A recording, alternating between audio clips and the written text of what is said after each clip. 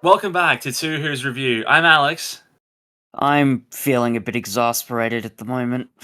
and we are reviewing The Reality War, the final episode of Series 15 of Doctor Who, an episode so fucking dense that we needed two more Who's to properly go over it. So we are once again a chaotic group of four as Hadley is back.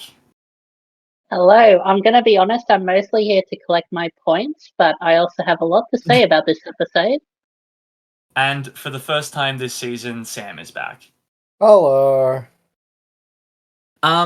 Before we go in depth on Reality War, Sam, this is your first time on the podcast this season. Prior to this episode, what have been your opinions of the new season of the show so far?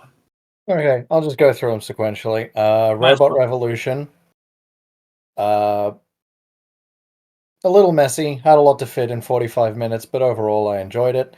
Lux, a lot simpler than I was expecting, but that was to its strength. I think it's probably one of the better ones this season. What was next? The Well. The Well, yeah. Yeah, that was really strong, and did something that this episode fails at, which is bring something back in a cool and interesting way. Oh dear. Then there was Lucky Day. I commented on the video my thoughts about that. I thought it was overall pretty good. I thought it was really interesting. One of the things I said was Lucky Day was kind of what I was hoping Dot and Bobble would have been. Whereas, like, you get that twist, and then you get a chance to, like, actually sit with that revelation for more than 30 seconds. Story in the Engine was,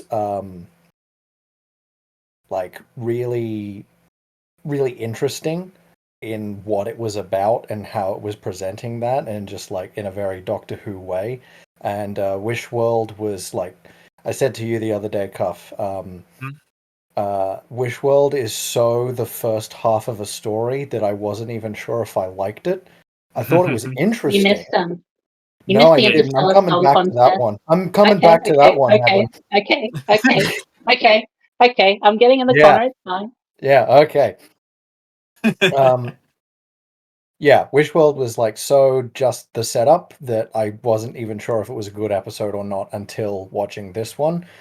And we'll discuss that further later. But Interstellar Song Contest. So I'll start with this. I thought it was really interesting that you guys said that you felt like this did what Kablam should have done. Mm-hmm. Because I think it has the exact same problem as Kablam, just about a different topic. Right, go ahead. So, Kablam's problem is primarily metatextual. It is insulting because it exists in a world where these things are really happening.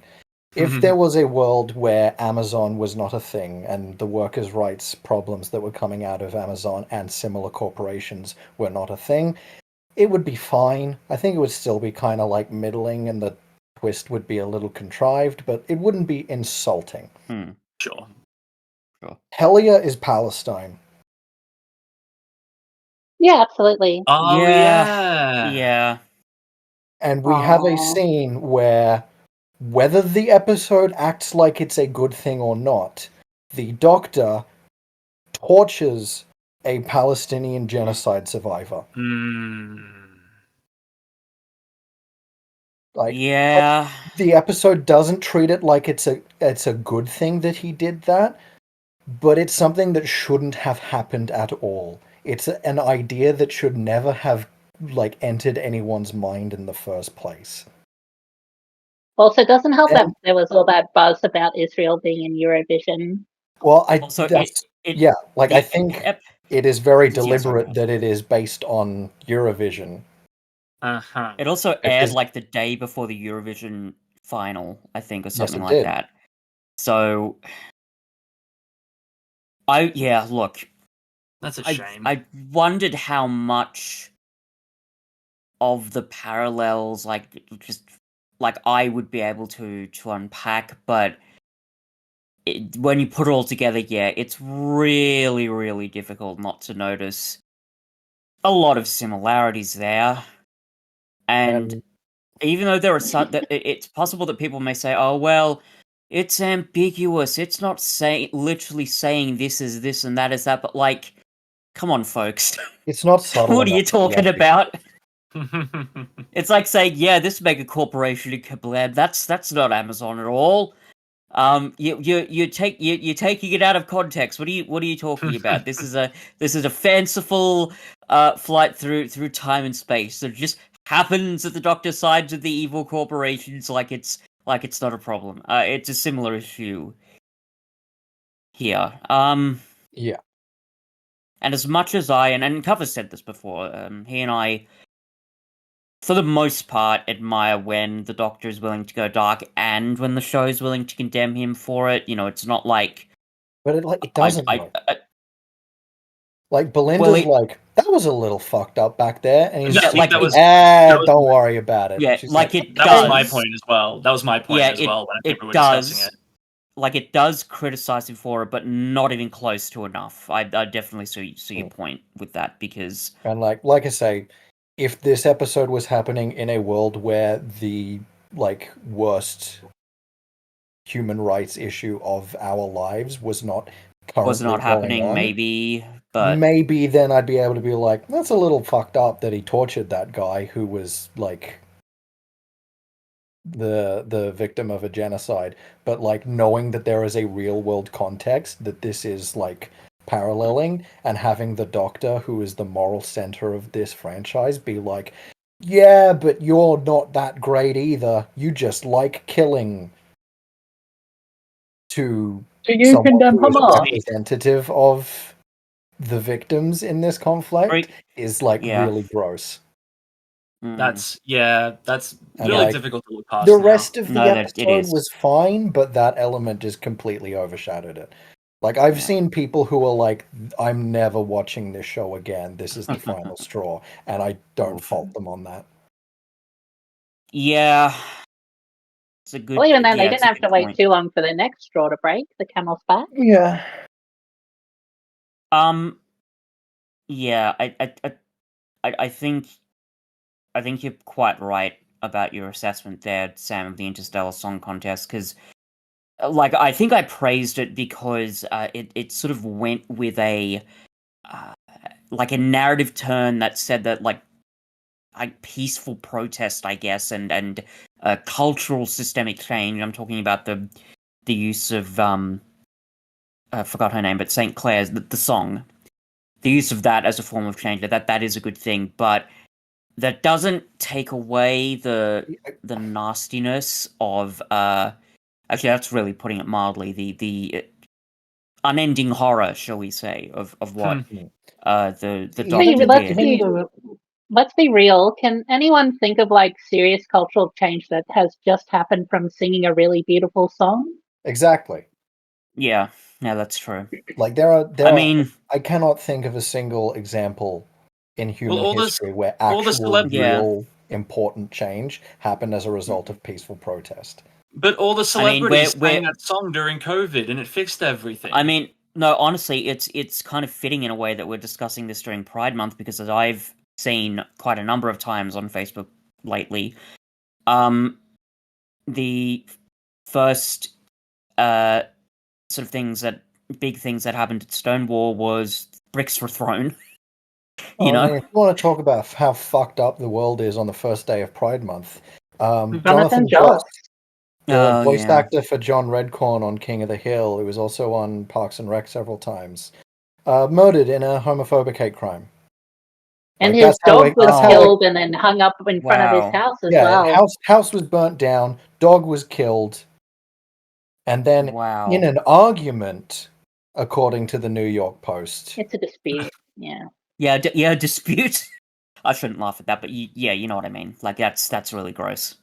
Yeah, that put me in a really bad mood today. Yeah, I saw that. I think you put a post about it on Insta, Hadley. Yeah, that's... And I didn't know the details about that. I didn't know about the homophobic angle. I just assumed, it's in America of it's not surprising it's a hate crime of some I sort. mean, but he is a Native American, so there's probably Yeah. a racial aspect to yeah, it as well. that's sort of what I was thinking. But yeah, wow. Oh God. Anyway. Yeah. We have this episode to complain about its politics. Yes. Rather than dwelling on episodes from a few weeks ago, let's talk about how fucked up this one is. Let's move on to reality war. Yeah. No. I think there are certain things about this story, thematically and politically, that I certainly have issue with from a first time watching. I don't think they're nearly as egregious as what we've just finished talking about, but they're there. No, but can I just? I'll just put this out now. I've watched this story twice. There are a lot of problems I have with it, to put it mildly. So many frustrating moments. I will say though, I was tempted to watch it twice, but man, I could not do it. Yeah, you didn't want to put yourself through it. But I'll just put this out there though. I don't know whether it's because I've just gotten back from a trip, or whether I found the episode so frustrating to get through. I wasn't focusing enough.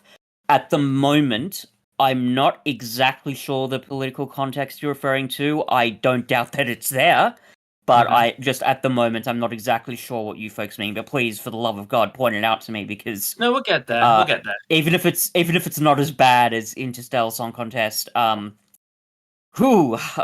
imagined it's probably at least as sloppy as most of the other things in this story. Well, I'll say this right off the bat. I believe that of the four of us, I was the last to watch it. I think so. And to your credit, none of you guys spoiled anything for me beyond what social media already did about the very last thing this episode leaves. They were very bad at that. Well, yeah. Not to mention the fact that it was fucking spoiled it for people. Yeah, well, not to mention the fact that it had been rumored for weeks in advance of this, which didn't help entirely at all. Yeah. But because I think I was the last to go, and even though the three of you didn't spoil anything, I picked up on a lot of the context that you guys were putting down in those chats. The three of you, at the very least, didn't like this story. I didn't know to the degree to which you hated it, but I could tell that it was bad. And so when I watched it, and I think I mentioned this in the chat, in one of the chats as well, I found a lot of things that I enjoyed about it. Now, I do think that overall it is bad, but I disagree with the sentiment that this is the worst episode in Doctor Who history, as some people have been espousing online. I saw a post of someone. I saw a post where someone had put the Timeless Child logo of that episode, and then Thanos saying, "Perhaps I treated you too harshly" underneath. Yeah, I saw that too. Actually, absolutely not. I still think that there are at least a dozen episodes of Chibnall Who that are worse than this, at the very least. I haven't watched any Chibnall Who, so I can only reference what I've seen. Sure. This was rough. Now, my partner is a Doctor Who super fan. You put the Doctor in something, that's all they need. They hated this. I had Jared. Jared doesn't give an ounce of a fuck about Doctor Who. He was messaging me and Sam talking about what happened in this episode. And when you get Jared talking about Doctor Who, you have done something wrong. Well, that's interesting because he's slated to appear on the podcast later this year, so we'll have done something wrong then. Yeah, that'll be interesting. I think this episode for me ruins Ncuti Gatwa's era. I don't know about ruin. I don't know if I'd go so far as to say ruin, but it definitely leaves a real bitter taste in my mouth. Oh yeah.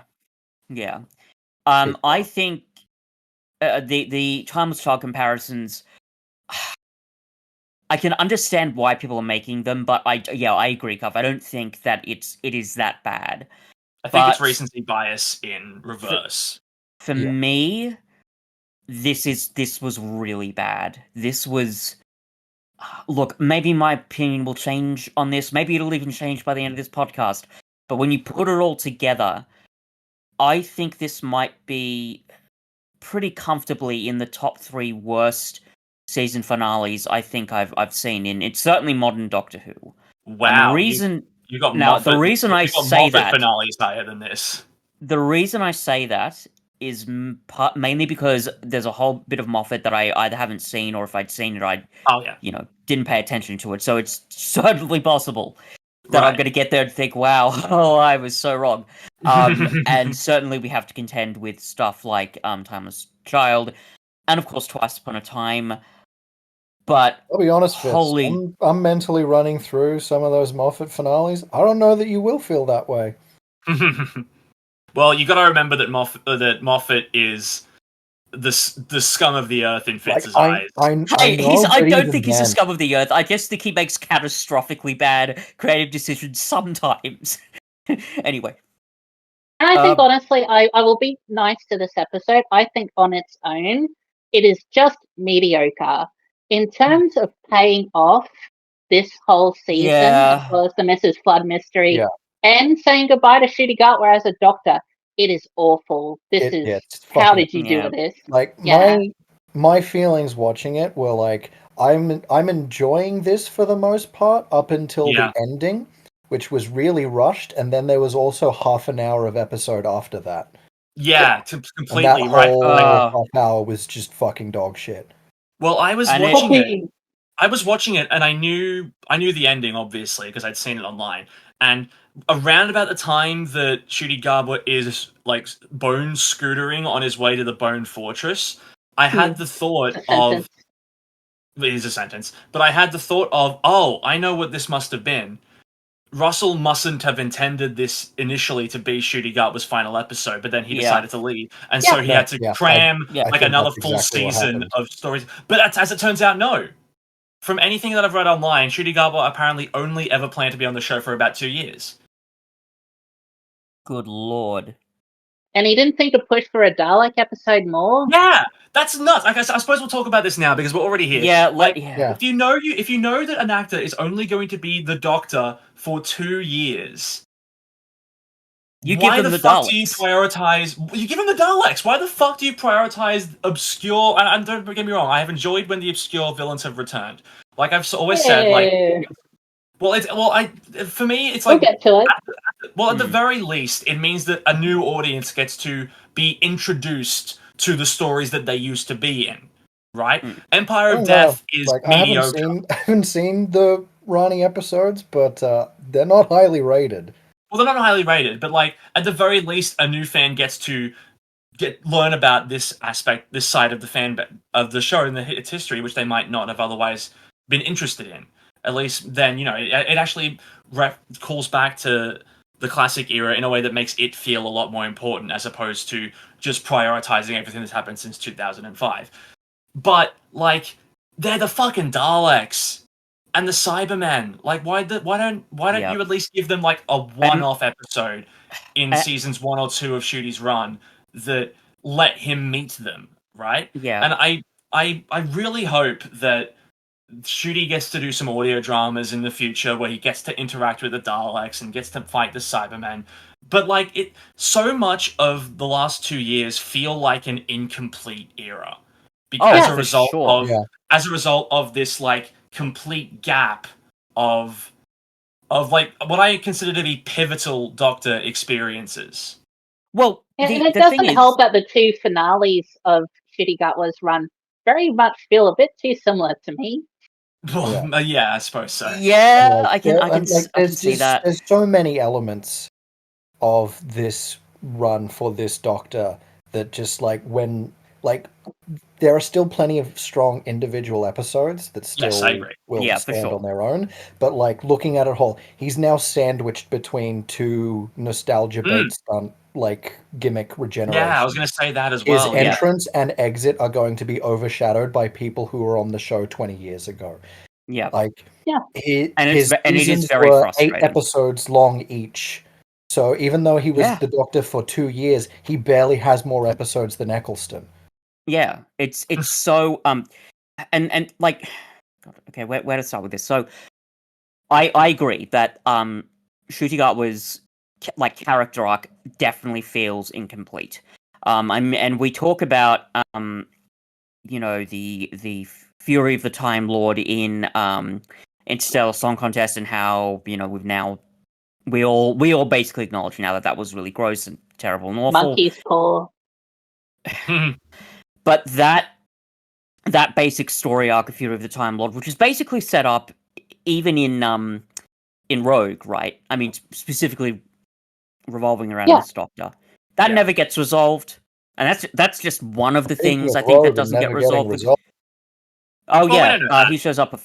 Well, no, but that relationship between Rogue and this Doctor, exactly. Even if he shows up later with a different Doctor, it's not going to have the same impact or meaning. No, of course it's not. They could play that for tragedy if they do it right, but in my money, you know what I mean? That's salvaging this isn't a decision that was made that we're doing it because we're going to play it this way later on. If they do a good job of it later on, that's not this was the plan all the time. This was you pulled that out of the fire, I guess. Yeah, and the fact that his second appearance was a Zoom call from hell did not impress me.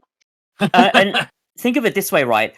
The weird comedic side characters in Lux that are meant to represent us, essentially, they get more screen time this season than Jonathan Groff does. So that's a small thing, but I really think it's indicative of some of the issues with this season. I'm not saying I needed Rogue to have more screen time in this story. I think the little he had was fine. But the fact that even if that character ever gets a resolution, it's not going to be with the Doctor that it should be. Yeah. Why do I even care then? Yeah, exactly. I have a very simple solution. Replace Poppy with Rogue for that finale. Oh, he pulls time apart to bring Rogue back. Yeah. Yeah, that makes a lot of sense. That makes way more sense. You know what? That's yeah. And why did you tell Russell T Davies that a year ago, Hadley? I didn't know what he was going to write. I had faith in him. I believed he could write something good, and I was wrong. And I'll say this now. Maybe I'm wrong. Maybe there's some angle of this that I'm missing. I really think Poppy's inclusion in this whole story, arguably even this season, is essentially pointless. Maybe there's some broader thematic thing it's saying about the Doctor wanting a family not wanting... It's saying that women should be mothers. And saying here's that, the thing. that yes. Fitz, if you were wondering what the bad thematic and political thing that's brought up in this episode is, that is the one. Let me, a man, rant about this issue for a moment, because this was irritating me so much. I want to hear that. Yeah, I want to hear this. The fact that Belinda's happy ending for this season is that she gets to be a mother, when A, her whole point was to get home to her parents from the start, and B, she has not in any single way throughout this entire season even hinted at motherhood being a prospect for her, or something she was really striving for, or something that, I would really enjoy doing this, but I'm really busy with my work and my parents and blah, blah, blah, and all that stuff. The fact that this ends up being her happy ending out of fucking nowhere. Oh, yeah. Really annoys me. And it goes back to what we were talking about last episode, with how we were like, oh man, I really hope that Belinda has a role to play in the finale. She hasn't really done much this season. She literally gets locked in a room. Her role is being in a box. She gets locked in a room with a child to do fucking nothing. Look, it's better than holding a door open. No, I disagree. I love Anita, and I just enjoyed seeing her. I just enjoyed seeing her. That is one of the only things about this episode I did like. Yeah, I went into this finale thinking Belinda really is just like a nothing companion, and then by the end of this episode, I've learned less about Belinda because her entire character's been retconned, and I'm going to say I think in the modern era, this might be one of the least personality companions. For sure. Okay, you definitely haven't watched Chibnall Who. Belinda, even though she got fucking nothing, she still got mountains more character than any Chibnall companion did. Because at least that's true. At least Belinda challenged the Doctor every now and then, instead of just blindly following along with everything they did. At least she did have the words, "What would the Doctor do?" written on her hand. Yeah, but no, her character arc is completely fucked by the end of this episode. Do you think this ending for this character lends any credence to the speculation that this series was originally written with Ruby staying on in mind? and that. Is that a theory? I'm not sure like how much credence there is to it based on like actual production side of things, but I doubt it, just because Ruby is already a big focus of a bunch of this season. So because it depends at what stage things were reworked and what things were left. Yeah, I can see what you mean, Sam. Like, I don't think Ruby is necessarily defined by motherhood, but she at least has the whole like foster child and adoption. Yeah, and the family thing going on. That would make a lot more sense if she was the one who ended up with a baby to look after at the end of the season. And doesn't her mum get left with another separate adoption? Doesn't the mum get left with like another abandoned baby? Don't even get me started on Desiderium. We're going to get there, but anyway, I see what you all mean. I think, Sam, your point about this season possibly being meant for Ruby, I think it does kind of make sense because there's that strong connection to family, right? Like you've got Belinda who wants to get home, and she obviously wants to be with her family, but then they've also brought in this sort of more pragmatic, oh, actually, you know what? I'm not just a clueless, damsel in distress. I'm putting that very broadly, but you know what I mean. I'm not just going to follow you blindly, Doctor. I want to get back home and live my life. But that motivation, the core motivation of wanting to get back home, that would still make sense for Ruby because she's just discovered this new family and she doesn't want to lose it. And she, especially after 73 yards, maybe she's a bit more worldly, more mature, I guess. I know that episode, its canonness is debatable, but you know what I mean. There's still that development there. So I think it would make sense. Didn't Ruby directly reference 73 yards last time as being like, oh, I've been in a different reality before, and that's why she can see past some of Conrad's shit. Like, I actually appreciated that as like making 73 yards more important than it originally was. Either way, it would make sense that Belinda's arc was actually meant for Ruby. Yeah. The fact that it is the way that it is frustrating, pointless. And as you, I think, rightly point out, Cuff, pretty ethically suspect. And for a number of reasons, which I don't have time to get into right now, I'm actually surprised they didn't pick up on that element sooner, because it is really gross to have this happy ending with... Well, for so much of the episode, you're just left there going like, why have they done this? Why have they brought Poppy into this for no reason? Like, what's the point of all this? Completely... Yeah, that was my main issue with it. Like, I don't understand what the payoff is. As far as I can tell, there are 3 reasons why she's there. It's not like there's literally no reason, but they're not good reasons, right? No. One of the reasons she's there is to set up future mysteries and stories in future seasons because of this weird schism the Doctor's done here. The second reason is to implant some really forced, stupid piece of sentimentality that would make Moffat blush, to the point where it becomes ethically suspect, as you point out, Garth. And the third reason is just to write Ncuti Gatwa out of the show. Those are the reasons she exists in this story, and it's pointless and stupid and frustrating. But go ahead. Well, that being said, that was one of the few things like.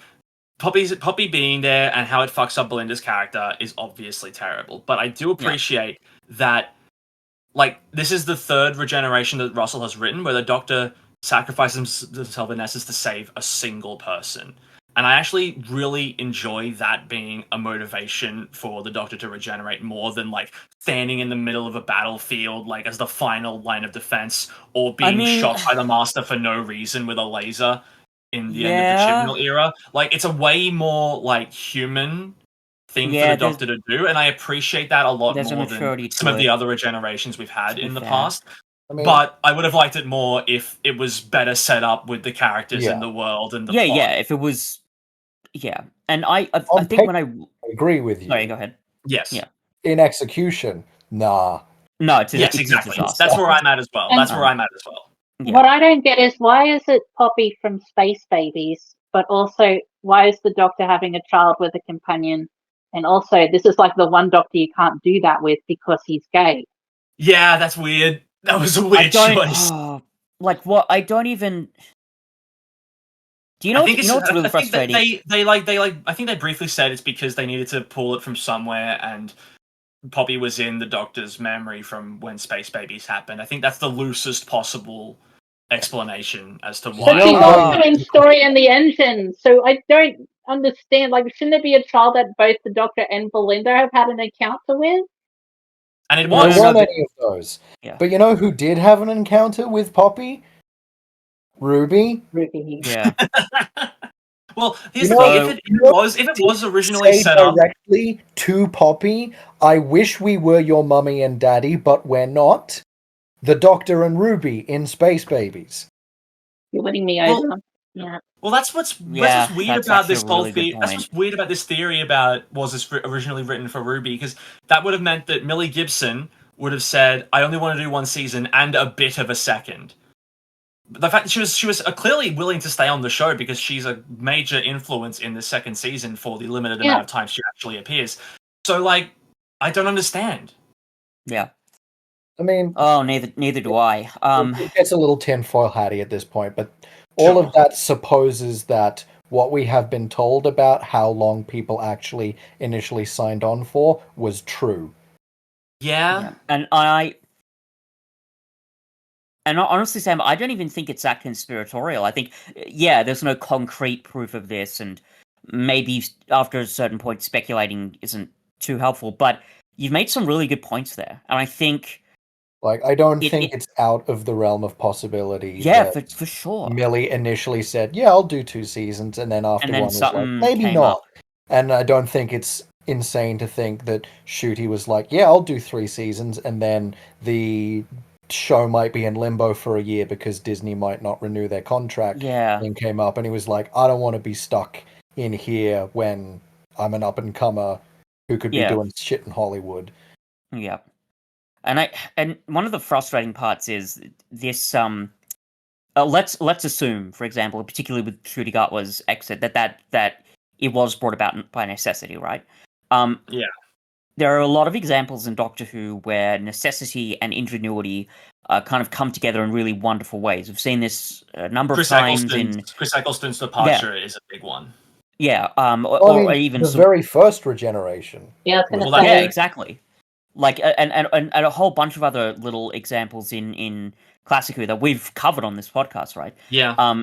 These wonderful moments, and it's one of the reasons I love Doctor Who so much, is because it is a bit of an underdog show, and sometimes it does have to make these compromises, but in between that space of necessity and creativity, there's real, brilliance, really. Even if it's not super serious, there's still cleverness that I really enjoy. Jesus Christ, that's not what's happened here. It's so...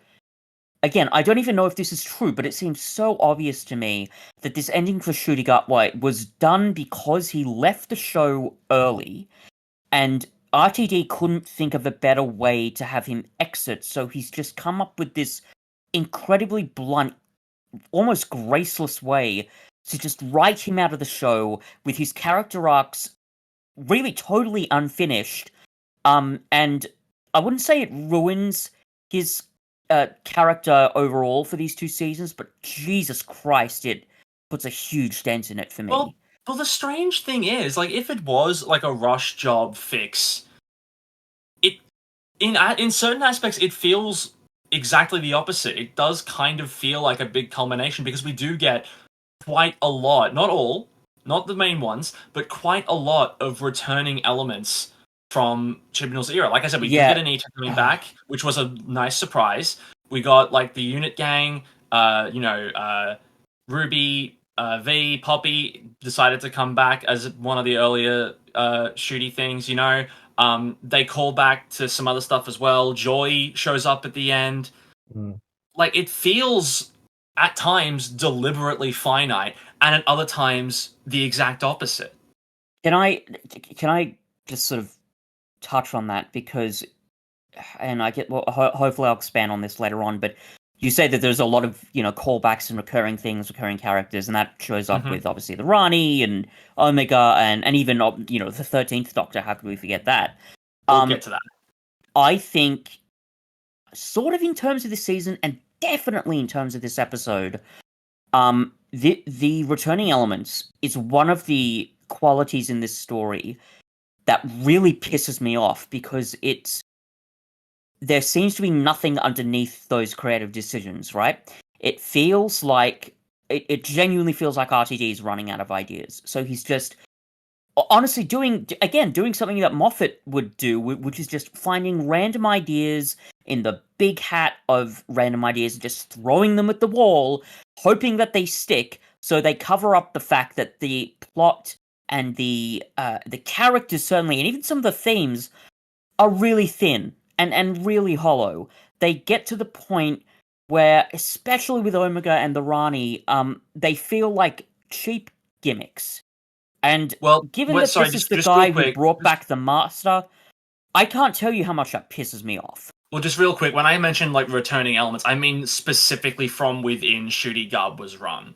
Like even the callbacks throughout that. Like for the main one, like I said, I love the fact that Anita is A, responsible for saving the Doctor, and B, responsible for restoring the memories of UNIT, because again, she was the brightest part of the Christmas special last season, and I love the fact that we get to see more of her. Like that feels like a very good my little issue with that is it's not a great opening when you set up the Doctor is falling through a hole in reality and Omega's coming back, and then he gets rescued by a Deus Ex Machina, and then the day loops back again so that Omega actually isn't coming back. You now need to wait another 30 minutes for the thing that was set up to be happening is not happening yet.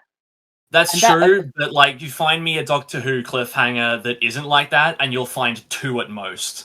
Yeah, look, that you're selling this to someone who doesn't like Doctor Who that much. You're not going to win this battle. I'm sorry. No, look, I sort of agree. I definitely agree with you, Hadley, and I see what you mean, Cuff, about the bad cliffhangers. Yes, Doctor Who is riddled with them, but one, it's not something that I think should be, I guess, encouraged or expected. No, that's not what I'm saying. I think certainly modern Doctor Who, so it still doesn't work. Also, I disagree with you, Cuff. I found Anita's presence and the use of the Time Hotel really annoying. I like Anita as a character. She's cool, and it's kind of good that she's got something to do here. It still was annoying as shit. I'm gonna read this out because it's a line that the Rani says here. Jesus fucking Christ. I'm sorry, I've got like nearly 3 pages of notes here, and I'm gonna have to go through this. There's a bit where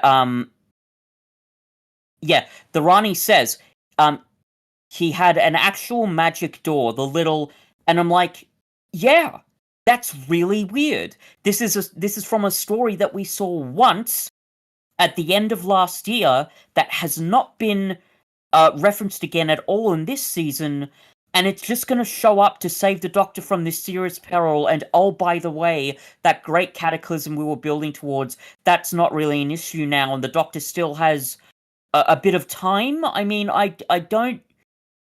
Who's buying this? You say there wasn't any references, but the star is in the Robot Revolution. Don't you remember that? You can see the star.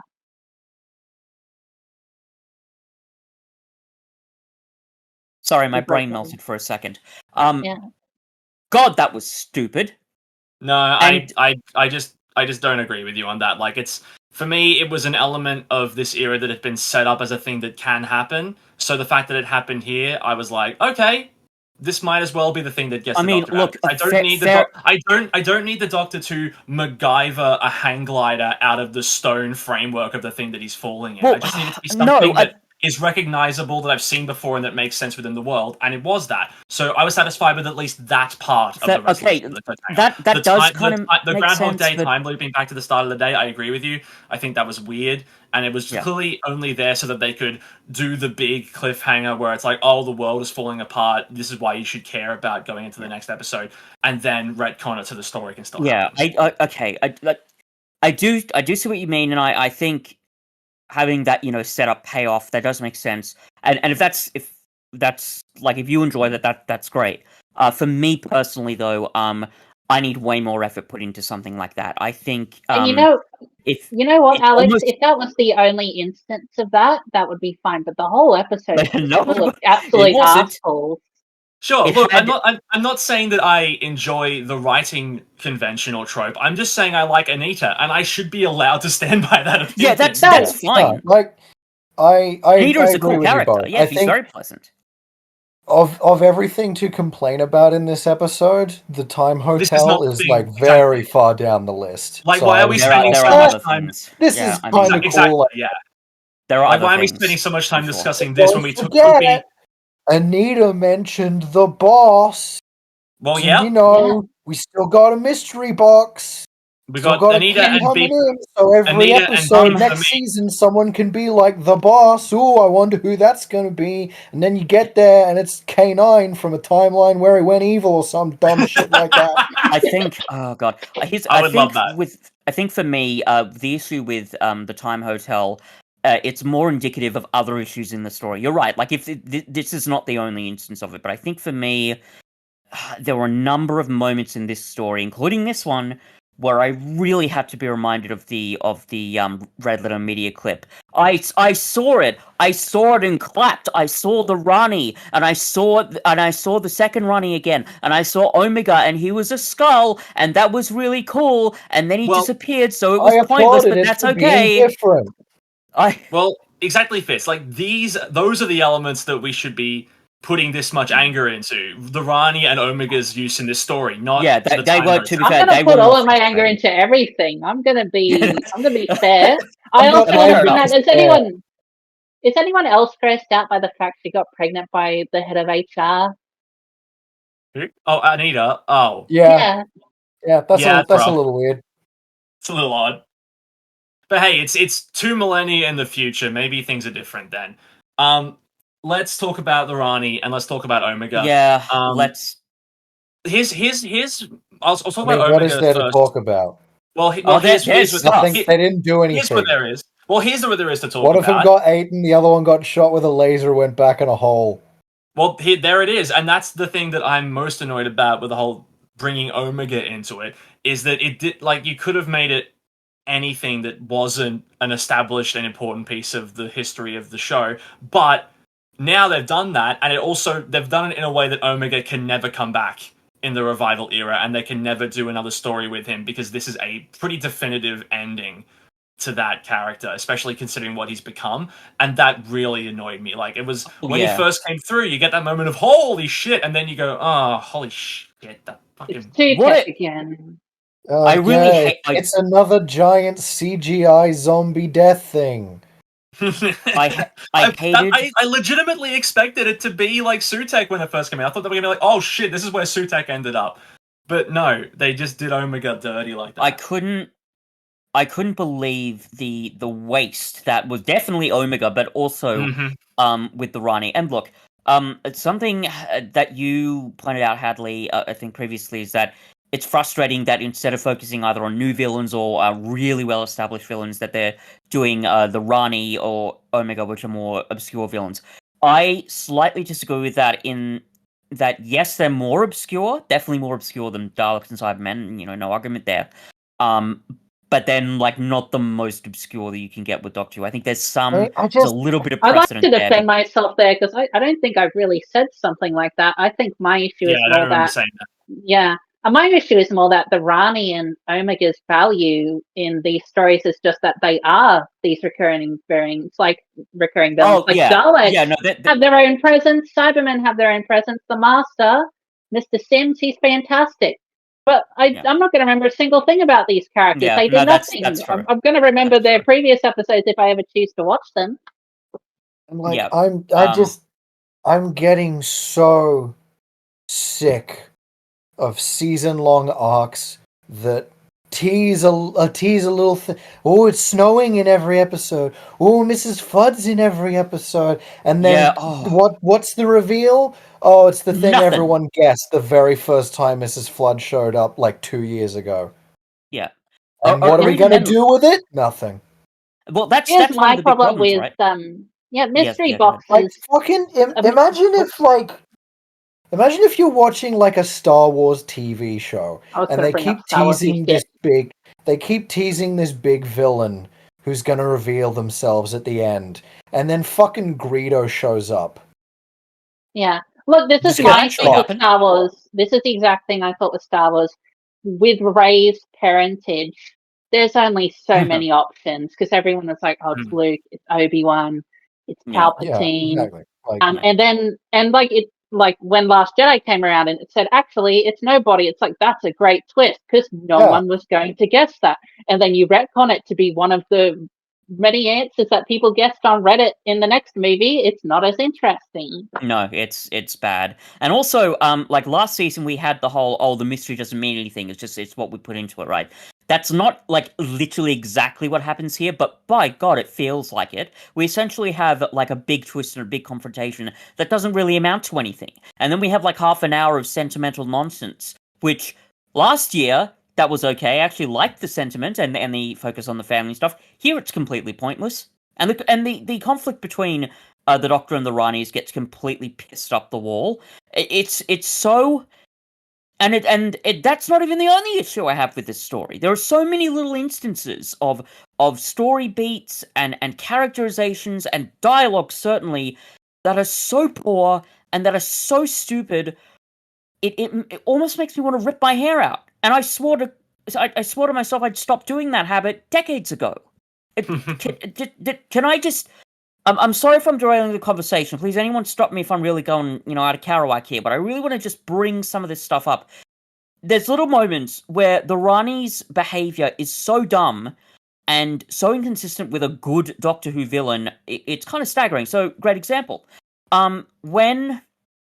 When the Rani finds out, oh, whoa, there's a magic door. The Doctor got saved by a hotel. How did that happen? Oh, Mrs. Flood, I thought I sent you to take care of this. What's wrong with you? And then Mrs. Flood actually says, oh, all right, I had Christmas off. I'm sorry, but are you fucking serious? This villain, the Rani, is at least established as a pretty intelligent villain, right? Even though she's only been into previous stories, you get the impression that she's pretty smart. And I get that Mrs. Flood is meant to be kind of a comedic goof and a bit of a comedic buffoon, a side character. There is no way that the Rani should be able to get away with something that phenomenally stupid. It's like, well, guess my stupider half took the holiday off. I guess that's how the Doctor got saved in the end. No need to pre-plan for anything like that at all. It's so dumb. It's so fucking dumb. And then there's another moment that happens later on when the Doctor shows up and they're talking about Omega, and they're saying, "Oh no, don't awaken Omega again because he and the other Time Lords, they were horrible tyrants and dictators. It'll be really dangerous." And then there's one moment where the Doctor sort of pauses for a second after Mrs. Flood said, "Oh, but don't you want to meet him, Doctor?" He pauses for a brief second, and then he sort of changes tack and says, "Yes, I want to meet him." And the impression I got from that was that he was deliberately being deceptive, right? This is a classic thing the Doctor does. Yeah. It's like, okay, I'm going to let these idiots run away with their own stupidity. They want to open the Tomb of Omega. He's going to destroy them. Let's go with that. He does that, and the Rani falls for it. Are we really supposed to believe she's that gullible? It's like, oh yeah, the Doctor's changed his side literally 5 seconds after saying this was a bad idea. Great, let's open the Vault of Omega or the Asylum of Omega or whatever the fuck it's called, because that makes perfect sense. The Rani is smart, but they're also arrogant, and that's why Omega ate her. Oh fuck! I'm arrogant, which means I'm just going to stand here while he picks me up and eats me, and not even try to do anything about it. The arrogance shows up in better moments even in this episode, like when she turns out to be so the old me might still show up later. That's something you should care about. The moment when the Rani is acting like a racist freak, that has a bit of horrible bigoted arrogance to it. That thematically is kind of interesting, but holy fucking shit, the supposed arrogance doesn't work in those earlier scenes. So I have no idea what RTD's doing with this character. And there's even more stuff. Yeah, with the Rani, right? I was like watching Wishful. I was like, this is just like a shitty master clone, right? And then you get the scene where it's explained that she's trying to use Omega's DNA to recreate the Time Lords, and she's also racist. Yeah, so she's racist against like half humans, half Time Lords. Like that feels like a distinct thing to her. That feels like what I know about the character, at least from Classic Who. And that's like the one moment I was like, hey, you made a character. Well done, Russell. But it didn't. At the same time, if her plan is use Omega's DNA to make a new Time Lord race that is subservient to me, why not just use the Master? Yeah. We don't know if the Master's alive. She doesn't know where he is. That hasn't stopped them the last fucking 8 times. That's true. That's true. The Master, the Master might not have been... He's stuck in the toy maker's tooth. What are you talking about? The Master might not have been revived from Tooth yet. They might still be Tooth. We watched this episode. Yeah, I know. That kind of explanation clearly doesn't matter to the people making this show. And I think, for me, the overall issue with this story... You can bring a character out of the Underverse. You can't bring them out of Tooth. This is basic science. To be fair, Cuff, it's... What, you want RTD to do a root canal on a classic villain? Is that what you want? Yeah, that would be dumb. To do? You kidding me? But all this shit makes sense. I had this thought the other day. Yeah, go ahead. And I don't think it's an unfair comparison. When Russell T Davies was doing Doctor Who for Eccleston and Tennant, RTD1, it feels like when Lucas made the original trilogy, and this feels like when Lucas made the prequel trilogy. Well, that makes a lot of sense, because Chibnall Who really feels like the sequel trilogy.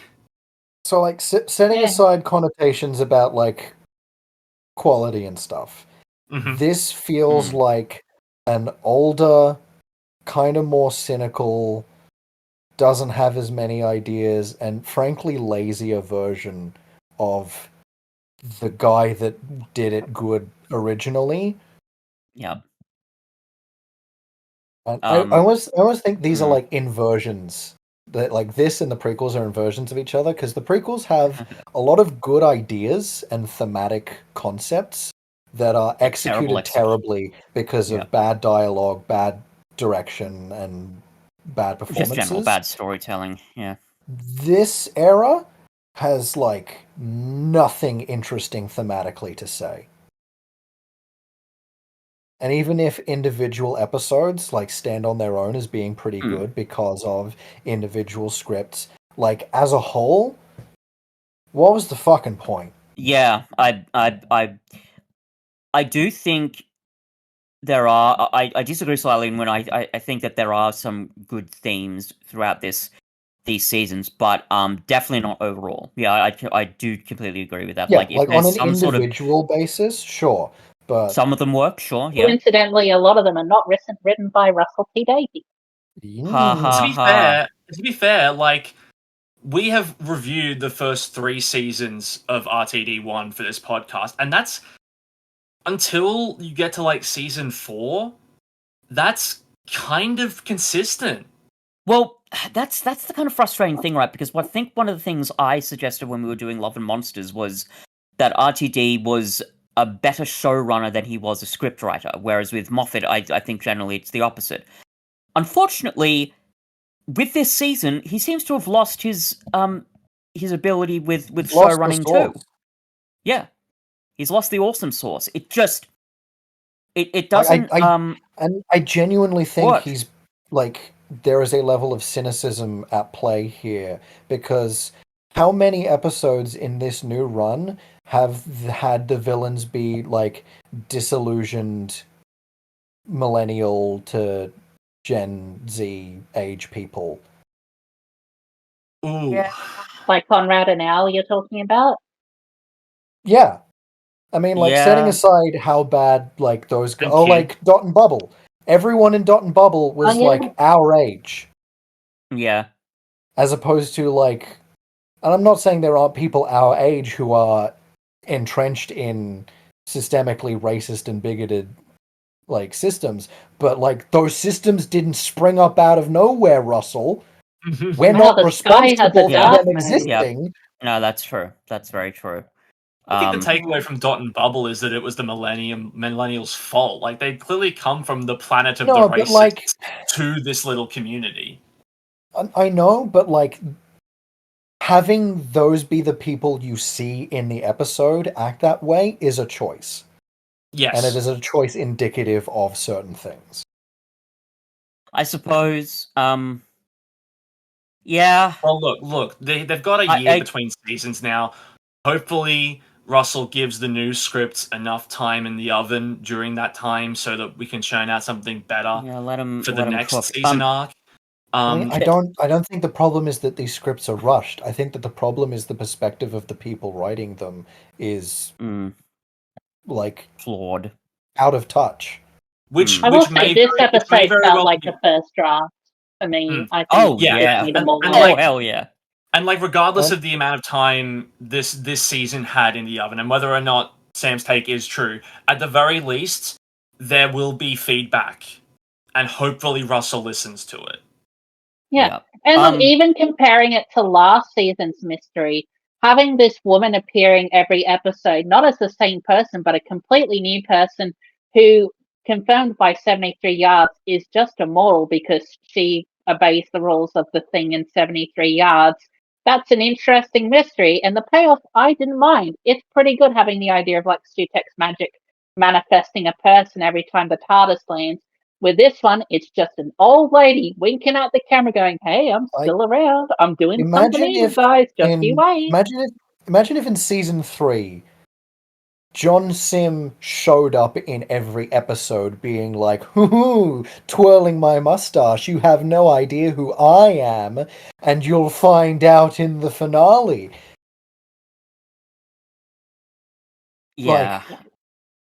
I want to bring up, if I can, just some other, again, smaller elements, but they are really indicative of the lack of quality and the lack of thought in this story, because Jesus, they piss me off. Okay. Can we talk about Desiderium? Why the hell... I don't have a lot to say. Why the hell was he included? Okay, well, here's the thing, right? Why the hell was Desiderium like an infant, right? If you swapped out Desiderium as an infant, if you swapped them out as some sort of object, like the urn of Desiderium, or a piece of tech that was possessed by the spirit of Desiderium, what difference would that make to the plot? Well, it's literally just this MacGuffin to get things moving. No, I think, look, it has not been an established thing that the Pantheon can imbue objects with their magic without them being in the room.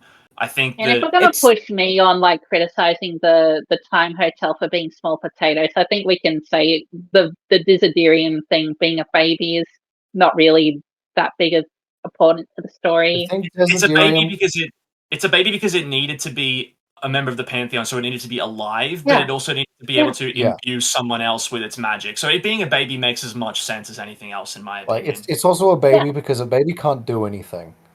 Yeah, so if you give an adult... It can be a living thing and a prop at the same time. Now, if you want to talk about frustrating MacGuffins, can someone explain to me what the Vindicator does? Whatever the plot wants it to. Omega. What are you talking about, Hadley? It absorbs laser energy and then blasts a mummy back into his hole. It shoots the big laser thing at the skeleton thing and defeats the skeleton thing by sending it back to the darkness thing. That's what it does. It also jumps you back in time for some reason. I don't know. I think it like having a MacGuffin that defeats the villain. It needs better establishing, but also just having it be something that the Doctor finds in the TARDIS is just not that interesting if you're going to make it so important. Yeah, and even, like, I'm not even against the Doctor, like, finding, like, a random object in the room to defeat a villain, but yeah, if it's going to be, especially, end-of-season villain, it's got to be way more established than that, right? End-of-season villain who first appeared less than 5 minutes before this happens. Exactly. And it shouldn't be, like, it should be some stupid, Looney Tunes thing where it's like, oh, what have I got behind my back? Oh, no, it's a big laser. Take that, Omega. Yeah, that was terrible. Can we also talk about Conrad for a few minutes? So, I think his character is woefully underdeveloped. I think that I still don't really understand his motivation, and I want to point out one conversation that he has with the Rani that I think is indicative of this. I'm gonna see where the fuck I've written this. There's... Okay, I don't know what I've written it, but basically, why do we have this weird scene where the Rani is making, like, weird erotic advances towards Conrad? And I really want to point out here, I'm not trying to be a weird prude or anything, but it just doesn't make sense. What is the point? Is it meant to, like, make him think, oh, yeah, I want a family, I guess? Like, I don't know how that connects. And the biggest issue is, we don't know enough about this character. I don't understand enough about his true motivations for that to work. So it's just this weird little bit of awkward dialogue between the two that makes him look like an idiot, like even more so than he's been established to be. So I just don't understand why that's in there. For me, that line wasn't even establishing anything about Conrad's motivation. To me, that was just the Rani going, oh, I've been an old woman for many, many years, and now I get to be young, so I'm gonna have a go. Like, that was... Yeah, but it's... Even that seems kind of stupid, if I'm completely honest. And even if that was the main reason, I get the feeling that this is one of those sort of pivotal moments of like, oh, Conrad, he's gonna be tempted here and he's gonna make the choice. Why are we using that particular piece of dialogue to do it? It just doesn't make any sense to me. I read it as the Rani goading Conrad into revealing the doctor's location, which is pointless because he's literally just in unit. Yeah. Well, if we're going to talk about mishandling Conrad, don't you like how Ruby gets to say to him, "You just wanted a world where everyone is happy," and then completely Hang on a minute. I hadn't finished my thought there. It's because Ruby gets to say, "You just wanted a world where everyone to be happy," and she doesn't immediately follow it up by, "But your picture of that is fucked and wrong." Yeah, that's a really good point. Why does Ruby look at a world in which which is overtly misogynistic, has outlawed homosexuality, can't even conceive of the idea of trans people, and in which she has spent an extended a period of time hanging out with the fucking disabled people who are just completely thrown by the wayside? Yeah. So why did you look at that world and say you just wanted a world that was nice? I'm gonna get quite personal for a second. Sure, yeah. Go ahead. Yeah. So my mother is a monster. She basically believes everything that Conrad believes, and she is miserable. After divorcing my dad, she is just a very unhappy person. She makes it everyone else's problem. One of the last messages I sent to her was, "I hope that you find happiness one day." And for that, I connected with Ruby trying to reach out to Conrad. It could have been done so much better, but I like that Ruby's wish is to make Conrad happy, because I would do the same for my mum. I guess that makes sense, and I think it's very Ruby that she has this like, she gets access to this vessel of infinite power, and she doesn't take revenge. Like, I like that she turns the other cheek and lets Conrad try to live a better life, and I hope that she gave him better morals, but the scene doesn't address any of that, and I wish that it did. Yeah, no, it doesn't.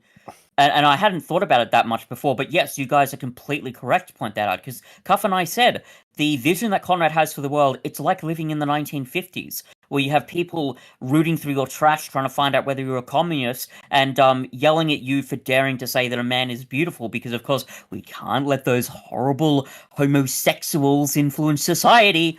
And this is meant to be a remotely good thing, because even if you argue that Ruby's main point is trying to say, oh, that's how Conrad thought of a good view of the world, misguided though it is, that's not what she said. She just said, oh, I see, you just wanted to help people. Well, I don't know about you, but I don't particularly like the idea of living in a society like that. And you know, if you go back to... She says, it could have been a lot worse, which, like, sure, I guess technically it could. Yeah, but it was still pretty fucking bad. She explicitly says the world you made was nice. See, my read on that is that she's like, I think she's using nice in air quotes there. Like, nice for him. Right. Like, he tried to do something. I don't know. I wasn't detecting much much sarcasm or irony with that statement. I think she was sincere when she said that. Yeah. The most generous I can try to interpret those words from Ruby is maybe she thinks, oh, I didn't have I didn't have my complete family for a long time, so I empathize with Conrad wanting to give everybody a family. But there's no way that vision of a family is something that the Ruby that we know should be empathizing with, right? No. And even if it was, the audience shouldn't be empathizing best with thing it. You can say about Conrad's world is at least it wasn't a white ethno state. Yeah. Oh yeah, it wasn't racist. That's where the it had interracial couples. That's good. But you can also say, well, at least you didn't just set everything on fire and make everyone you. Exactly. Yeah. Like, the bar is so low, and you're like, actually, just the bar, that's not bad. Yeah. Obviously, it should be better, but, like, here's the not as big of a cunt as you could have been award, Conrad. It's like the stupid thing where you have idiots like Ben Shapiro running around saying things like, "Oh well, have you looked at the rate of happiness among women in the 1950s? They used to be far happier than they are now." Yeah, you know why? Because back then, and granted, I'm not a historian, so take this with a grain of salt, but as far as I understand it, back then, most women would choke down barbiturates throughout the day, or just get lobotomized. Are you seriously fucking telling me that the 1950s is the great world that we should be living in? And I realize that this is a smaller element to deal with in the story, but I am glad that you folks brought it up, because it is really disturbing when you think about it. It doesn't make any sense, and I don't know why it had to be included in it. He clearly just wanted to give Ruby some dialogue that justified her not just killing Conrad outright and giving him a happy ending, but he wrote the wrong words to do it. And if you characterize your characters strong enough, Russell, you don't need dialogue like that to convince us that Ruby giving Conrad a happy life is something that she would do. She can very easily have a scene where she's like, I fucking hate you. You are like everything that is wrong with the world. And you also emotionally manipulated me for months, personally. I wish for you to be a better person. And you that would have been better. Exact same thing, but with much better and more ethical actual results. condemnation of what he did that you should have. Yeah. I mean, like, there's that one bit where, Ruby is reminding Kate of, oh, but you know who Conrad is. He's not this sweet, kind man. He's a monster. But by then it's too little too late. Because we've already had this weird sort of almost a redemption arc for him, which is there for some reason. It's not a redemption arc. He doesn't do anything to redeem himself. Well, yeah, that's true. He doesn't actually... He just actually repents. He is shown mercy by Ruby. That's all it is. We don't get a contrite Conrad. We get a C-wording Conrad, to put it one way, as Sam sort of pointed out.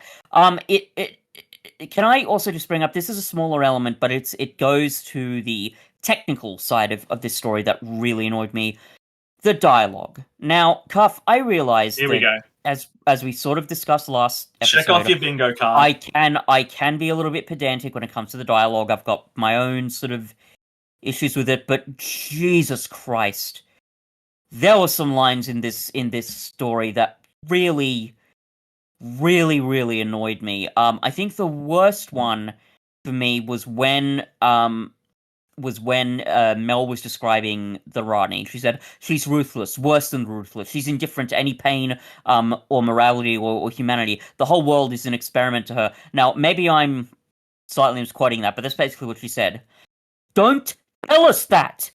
Show us that! Show us that she does these things. Show us her doing her science experiments, which she kind of does, but nowhere near enough to justify the characterization. And even if she did, we still don't need this dialogue. This is what I mean when I say that there are so many elements in this story that are just there to Mel get stuff moving along. Mel is the companion that knows the Rani.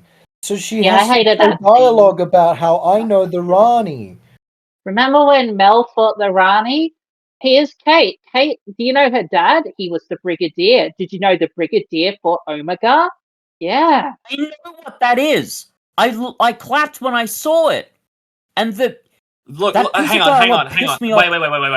Yeah, okay, that go ahead, dialogue is clearly not there so that the audience who understands it can clap. That dialogue is there so the audience that doesn't understand it can get up to speed in the quickest, most concise way. Let's just be clear. I'm not defending the quality of the dialogue. Yes, I agree, Cuff. That is why it's there. It's still dog shit. I agree. Yeah, but let's be... Yeah. It's I know, I see what you mean. Like because there are moments even in this story where it is very much, I clapped when I saw it a bit, but maybe not. Because there's a similar moment in Journey's End, when Sarah Jane Smith gets to talk to Davros for 5 seconds, and even from memory, that is the beginning. Like, it was them recognizing each other and being like, "Oh, you're here. That's interesting." Not Elizabeth Sladen being like, "That's Davros." And just reading fucking Davros's Wikipedia page. He was the creator of the Daleks. He's the most evil creatures in the universe. Why didn't you? The Doctor nearly destroyed them. I met him that one time, and in that episode, in that moment of my life, we did this. So yes, overall, I think this episode is riddled with moments that have no substance, that are there to just show up as gimmicks, just simply there to get the plot to where it needs to go, and where it needs to go, even that is not good. I don't care about Poppy. I don't care about her placement in the story. I don't care about most of what happens in this story. The two classic villains are completely wasted. The conclusion to Ncuti Gatwa's story arc is terrible. And yeah, I really disliked this story the first time watching it. I disliked it even more the second time watching it, and I'm getting to the point where I am basically actively hating it now having discussed it. You're welcome. Before we move on to, I guess, what would be considered the second half of the episode, two more things I wanted to bring up. One, sure. I think it's weird that Unit has tracking devices in all of their employees' necks. I think that was a little weird. Hey, no, Hadley, it's okay because they're the good guys. It's all right. It's like this comes back to Lucky Day. This comes back to Lucky Day. They're the good guys. Well, that brings up my second point. Yeah. Well, my second point was, and I don't think I articulated this very well when I talked about Lucky Day, because I don't want to be like Doctor Who is woke, but the reality is we've got some token characters in Unit. We have a trans woman and a wheelchair user. I can't name a single personality trait either of these characters have, and I just realized that the wheelchair user's name was Shirley last episode. I did not know what that character's name was because she is such a non-character. And she deserves more. I'm sorry. Yeah. I do find it interesting that in that box the whole time. I guess so. Yep. Basically. Well, I do find it interesting, because I kind of agree with you, Hadley, because Rose Noble is a really important character in the episode she's introduced in, and she has maybe not heaps to do, but she has heaps to say in the story. And then she showed up in both of the season 14 and 15 finales and basically done nothing. Yeah. So, same with what's his name? The genius kid in the previous Lenny finale. Rush is just gone. Yeah, Lenny Rush. He didn't really do anything in the previous story he was in either. I don't think.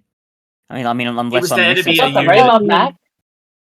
He was there to be a unit's brain guy. If we're gonna nitpick every quirky side character that's ever been in Doctor Who, that's 80% of the cast. Can at least one of them have something going on though? Just one. I mean, I don't know if it's still happening or if it ever was, but if they end up doing that Unit spin-off show, there was a trailer for it. Yeah, we got all the other trailers. Yeah. Yep. I mean, it looks if very any serious, of these though. It doesn't look characters like are in that, I would hope that be where they do it. Yeah, I agree. Yeah, sure. No, that makes sense. Same as if a Torchwood character was in an episode of Doctor Who, I wouldn't be like, why didn't they get any development here? I'm like, well, because they got their other show. But of course, that is all dependent on whether or not they're in the other show and whether or not that other show is good. Yeah, I guess you can sort of rest on the hopes of the extended Hooniverse to take care of that characterization. That does make sense. My thoughts on the trailer for the War Between the Land and the Sea is there's a new main character, and he's a white male, assumedly straight, and the only unit person we saw, I believe, was Kate. So I'm not too sure we are getting those characters, at least not in full form. Who's the new main guy? I don't know his name, but he was in Years and Years. Sherlock. He was in an episode of Sherlock. He was the one in the Hound of the Baskervilles homage. I don't know the actor's name. Russell Tovey? Yeah, probably. Yeah. If he's the main character, it's almost certainly not hetero, because pretty much every character Russell Tovey plays is gay. That would make sense, because you also played a gay character at a in cast Years and photo, Years. And Shirley and Colonel Ibrahim are there at least. They are, yeah. I don't see anyone else, though. Alright, cool. Those are the ones I kind of expected to see if anyone else was going to be there. So, there are a couple of other things that I want to bring up, but just in terms of the second half, is there much more to say with the plot there? I mean, tell me. I have some stuff to say for sure. Oh yeah, sure, okay. Can we talk about how when Ruby's like, guys, you forgot about this child that you had, and they're like, Ruby, shut the fuck up. What the hell are you talking about? You're just remembering it wrong. Yeah. Shut up, Ruby. Like, the Doctor of all characters isn't going to be like, that's weird. That's probably worth looking into. Your brain's Instead just of just scrambled. being You're like, just crazy. shut the fuck up. Your brain's just scrambled, Ruby. Be quiet. It's not like the Doctor has ever experienced people around them, and especially companions, forgetting about actual things that happened in their lives because they fell out of time in the past. It's not like that was the point of an entire season of the show where Rory fell through a crack and was forgotten by Amy. Like, it's not as if there's again. It would have been in character if it was the Sixth Doctor. Mm. I at least liked that they did have this scene of Ruby going like, no, come on, fucking think about it. We just went through all this bullshit. Time got all fucked around. Yeah, it's a good point. None of you guys remembered being in unit like 10 minutes ago. This is not outside the realm of possibility. Yeah. Like, I appreciated that happened, and at least the Doctor's convinced in the end. As soon as the memory thing happened, I was just like, just fucking explain it in those simple terms. And then they did, and I was like, well, that's fucking something. Yeah, that's fine. Yeah, also, and that's the one scene where I feel like flashbacks were justified. Like, every other time, it's like, oh, we got to show a clip of Omega, we got to show a clip of the Rani. This, it's like, yeah, let's flash back to him trying to get Ruby back from having died as a baby. Like, that feels like calling back to classic Ncuti Gatwa moments that actually did work until there was the big musical swell where Kate said, "We're all your children." Oh god. Also, that felt out of place for Kate to say. Like, I know that Kate admires the Doctor, but I definitely don't think she considers the Doctor a parent figure. We're the children of time, Cuff. Don't you get it? No, that's a different group of people. That's a different thing. No. Cuff, just accept it. What are you talking about? Just Time Lords are sterile. It's accepted. Also, small thing. It's not as if there's a whole story in Classic Who where the Doctor vanishes into another dimension and has to explain the fact that he vanished into another dimension to the main characters in the normal dimension. Oh, wait a minute. We're going to be looking at Inferno hopefully later this year. Great. So yeah, that's it. I did like the moment where Ncuti and Belinda are passing the jacket back and forth. Like, that's a very nice way of showing Poppy disappearing for time. I didn't even notice that at first. I had to have Harper point it out to me. That was what was happening in that scene. I noticed by the end of the scene, but yes, it's subtle enough to make it work, and it is quite chilling. Even the pacing of that scene is actually pretty good. That's a really good moment. Yeah, I agree. Anything else you want to say? Visual storytelling can happen in this episode. That's cool. We can do visual storytelling. Oh boy, like, my brain has melted. Like, there's just so much to unpack in that first half and that second half. I think we need to make sure we covered. Yeah, I was going to say I wanted to bring that up. I just want to make sure we covered everything. Yeah, can we talk about that? Here's what I'll say about that scene. First of all, I've got some trivia here, and it seems like this is the sole reason it was done. Jodie Whittaker revealed that one of her regrets from her tenure was that she didn't get to interact with Peter Capaldi or David Tennant during either regeneration handover, as their scenes were filmed separately. So getting to interact with Ncuti Gatwa during his own regeneration handover was special and a highlight of coming back for her cameo. Okay. I also for her. say, well, yes, but again, like, why? Okay, yes. Granted, it didn't need to happen. It didn't contribute much to the episode. However, it was probably the best written she's ever been. I was going to say, I really liked her. You almost convinced me to watch her episodes. I won't. Yeah, the line where she says, "Don't go in fear, go with a lovely smile." I wrote, this line seems to exhibit more empathy from the 13th Doctor than most of her actual run, if not all of it. Yes, like it's. And it's remember when I really was almost gay? Seeing. I won't be though, but I almost was. Mm-hmm. It was really great to see Jodie Whittaker's unique mannerisms and attributes that she brought to the role, combined with an actual sense of wisdom and empathy that the Doctor should have had throughout her run. Yeah, it was nice to see those two things combined, and to show a lot of people that needed to hear it that, hey, it wasn't Jodie's fault. Yeah. I got what I wanted. I said, I've been saying for ages, I would love it if RTD could write the 13th Doctor as a character, and I got what I wanted. This story deserves credit for that, at least, even if her placement in the story isn't as effective as it could be.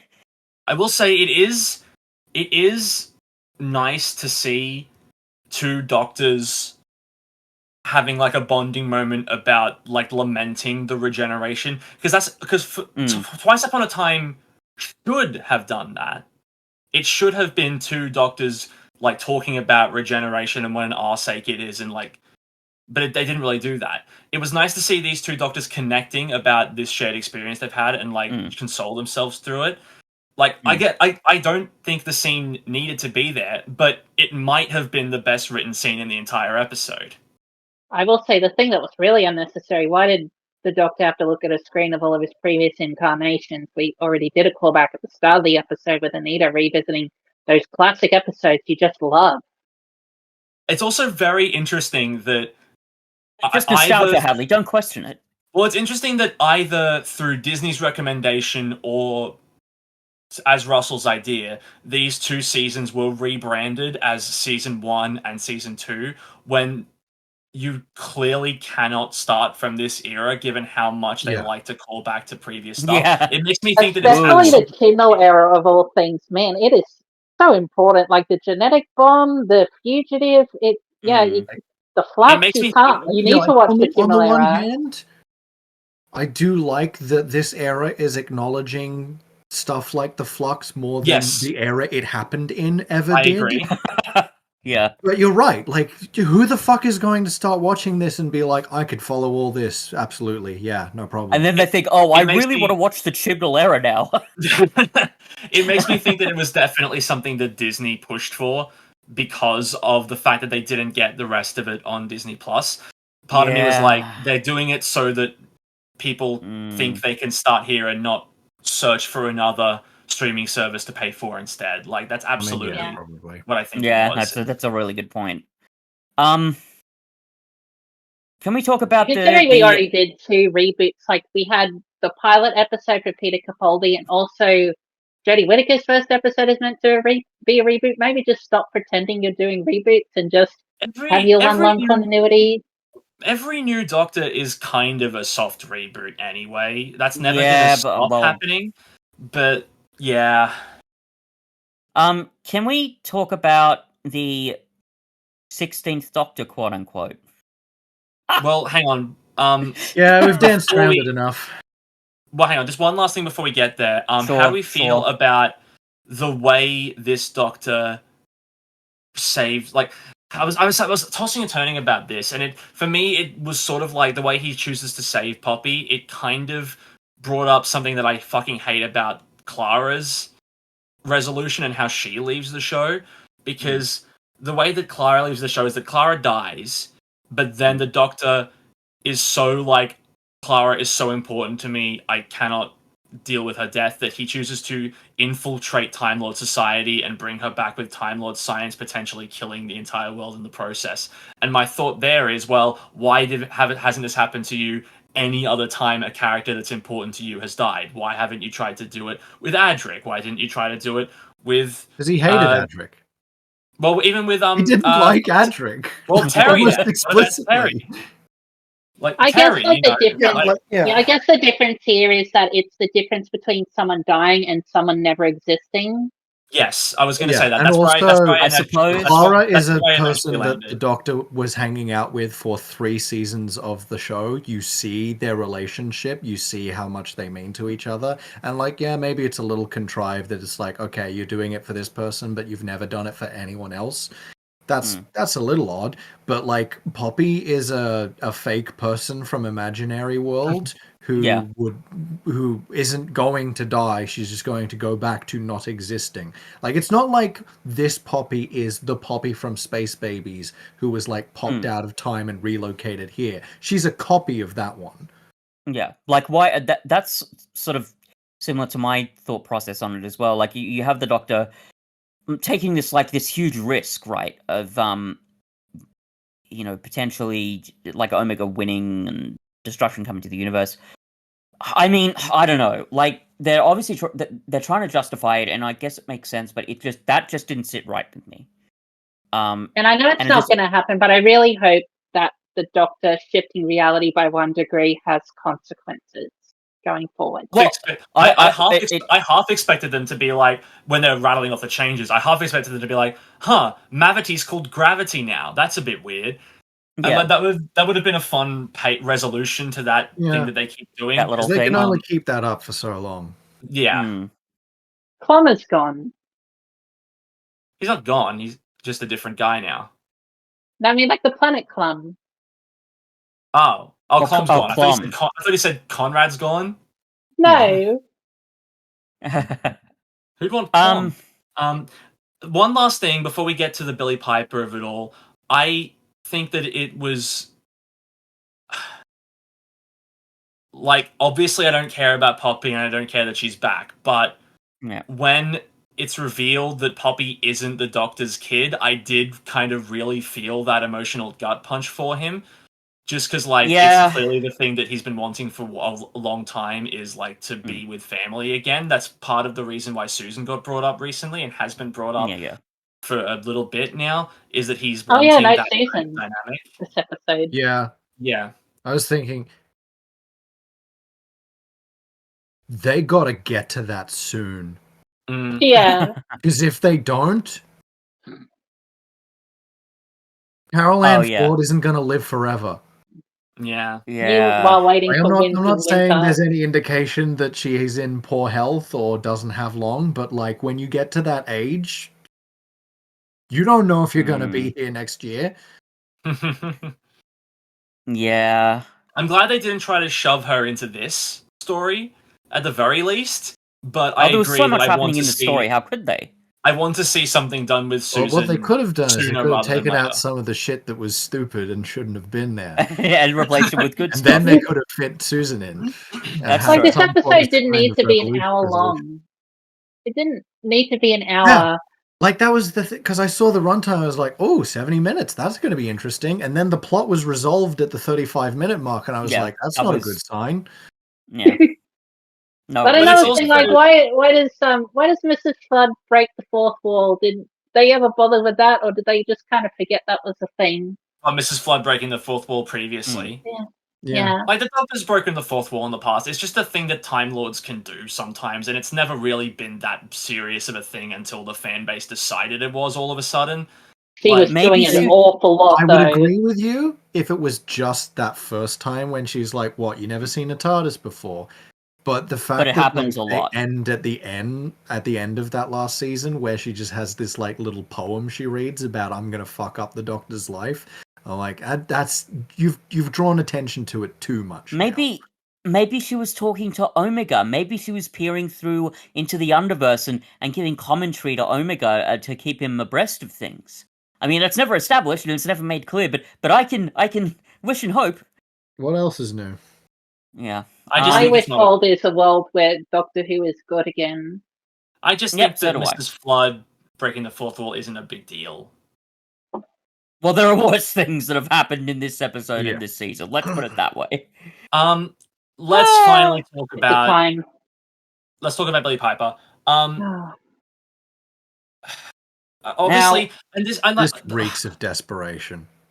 My first reaction was Alex is going to be so pissed they brought her back. Well, no, not necessarily. I've never hated Billie Piper. I just hate Rose. Yeah, he has made that very clear. I've talked to him about this. Billie Piper has never been bad in the role of Rose. She's been good in the role of a bad character. That's always been my stance. So it's my same feelings with Capaldi. Brilliant actor. But a lot of what Moffat wrote for him, I thought was terrible. But yeah, no, I when I saw the revelation, I thought, yeah, Cuff's not going to be pissed off about this because it's just Billie Piper. There are other reasons to be annoyed about it, but that's not one of them. Yeah. Here's the thing. Looking at it in a vacuum, I'm like, okay, you know what? Sure, I'm willing to see where they go with this. That might be interesting. Everyone's pointed out in the credits she's just Billie Piper, not Billie Piper. They don't say introducing Billie Piper. Yes, exactly. Yeah. Well, it does say introducing Billie Piper. Well, it doesn't say introducing Billie Piper as the Doctor. Exactly. That was going to be my point. Yeah. Like the fact that they've specifically chosen not to do that, which makes me think because they can hope that there's something else going on here. Like an interim Doctor, like the 14th, right? Something like that. Well, no, because David Tennant was credited as the Doctor at the end of The Power of the Doctor. Oh, okay. Yeah. That was a choice that they made then, and they're not doing the same thing now. The most popular theory that I've seen is that because he did Heart of the TARDIS stuff to shift reality, that's influenced it, and the last person to look directly into the Heart of the TARDIS was Rose. So, or it's some bad wolf shit coming back because Russell's in charge and nostalgia.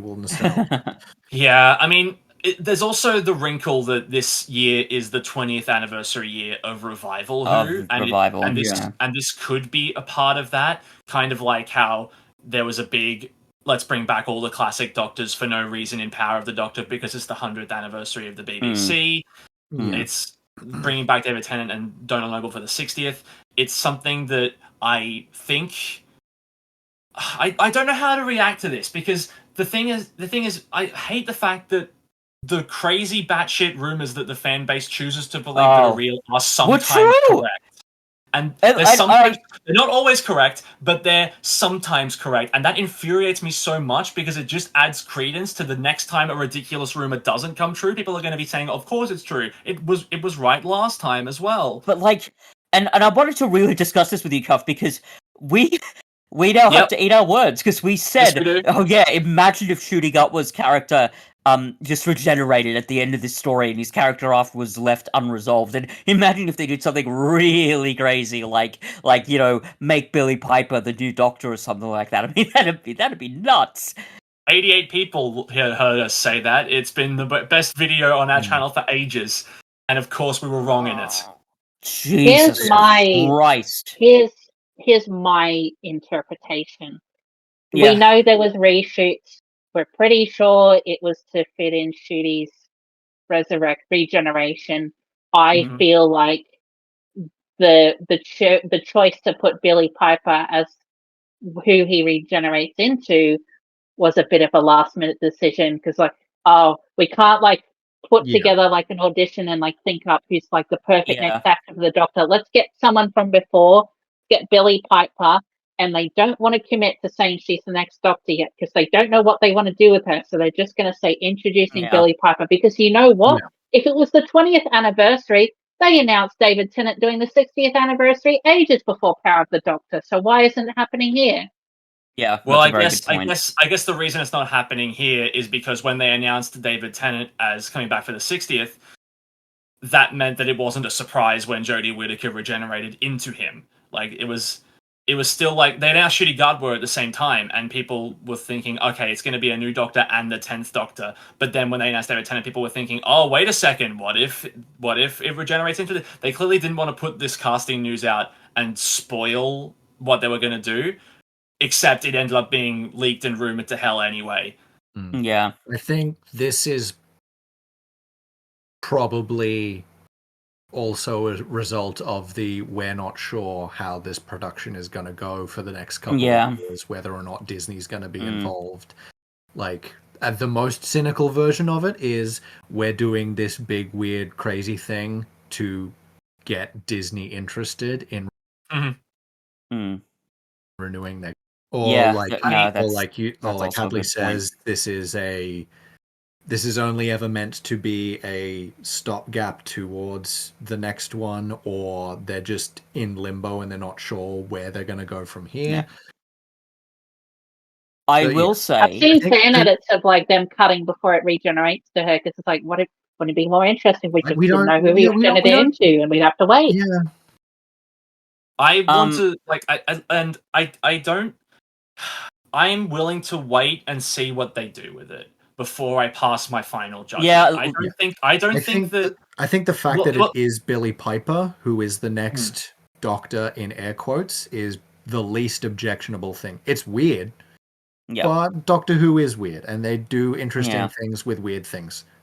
If you want Billy, if you're telling me he's regenerated into Billie Piper, commit to it. I want a full series of this. Don't give me a special. You've told me you've made your bed and now you're going to sleep in it. Billie Piper is the Doctor now. You make a full series of her. Again, I wouldn't be upset with just a standalone special if they do it well and if there's a reason for it. If this is the 16th Doctor, officially, I want a full season. But if this isn't the Doctor and there's another reason for it, I'm very happy for this to be a one-off fun thing for the 20th anniversary of Revival Who before we move on to new things, please, Russell. Like, I'm all for this, like... I'm all for what they do with this if it ends up being good, but regardless of how the quality of what this ends up being, I want this to be the last time this happens. Too bad. Yeah. The Candyman is going to be the villain of the next season. Damn it! That was my idea for our next season of Two Who's produced. Sam, what are you doing? It's Alex's turn. It's my turn It's my turn for long series arcs. If Fitz wants to do Candyman in a one-off, I can't stop him. Yeah, that's what I meant. In a one-off. If you guys ever give me the reins, there is no series long arc. There is just character growth from episode to episode, and that's it. I've already put my hand in. Unfortunately, you're gonna have to line up Sam. Yeah, Hadley. After next season, Hadley's taking the next full season arc. Yeah, I already have a plan. By the way, it's gonna be gay as shit. Hell yeah! Fantastic. Okay, I'll say this about Billie Piper's casting, right? In terms of just the concept of Billie Piper playing the Doctor, I'm actually kind of intrigued by that. I think she's a good actor, and I want to see what her interpretation would be. I think the idea of an actor who played a companion playing the Doctor in general is interesting. Yeah. We get little tastes of that with Clara sometimes. Yeah. And I agree. I do think that's interesting, and I want to see, just on principle, what Billie Piper could do with the character. The thing that really pisses me off about that revelation, and granted, again, not the most serious or egregious thing in this episode, but again, it feels so gimmicky. It really feels like a I clapped and I saw it moment. And no, I don't care that I keep referencing that one clip, because that is honestly what this episode kept reminding me of. It's Eric sent me a meme comparing it to Robert Downey Jr. being cast. I saw that. Yeah. It's like, I saw that too. He didn't send it to me personally, but I've seen the meme. Yeah, it's quite funny. But yeah, so I like the idea I kind of like, but the execution and the way it's sort of contrived into the plot is really bad. Like I said, the fact that it is Billy, I'm actually okay with. But the broader context of the fact that this is happening now, and what it indicates about the state of the show, is just so pathetic. And it's if it came, it's the worst timing because you literally just did this. You just did David Tennant. Can you just exactly take like a bit of a break? Like what this represents for Ncuti's run is so depressing. Yeah. Like this is the first Doctor to be first numbered Doctor to be played by an actor of color, to be played by someone who is openly queer, to have that be reflected in his performance as the Doctor, and like I say, barely gets more episodes than Eccleston because we have shorter seasons. He's sandwiched between two nostalgia bait gimmick regenerations, and all before he even really gets a proper resolution to any character arcs he had going on. Yeah. Like on a certain level, I'm almost glad this happened because now it means that he can move on to greener pastures. Because I think we can all agree he's got star power and will do very successfully. Yeah. He'll be fine. Once he goes off to do other things. Ken. Once you can, you've hit the big money. Yeah. He was Ken, yeah. Or even every now and then I saw little clips for he did a performance of The Importance of Being Earnest, and I just see little clips of that on Facebook every now and then, and he was fantastic. Yeah, he's a very good actor. And not just him, Millie Gibson, off to bigger and better things. Varada Sethu, she was in fucking Andor. She wasn't in it nearly as much as she was in this, but God, she got a much better fucking character arc in that show.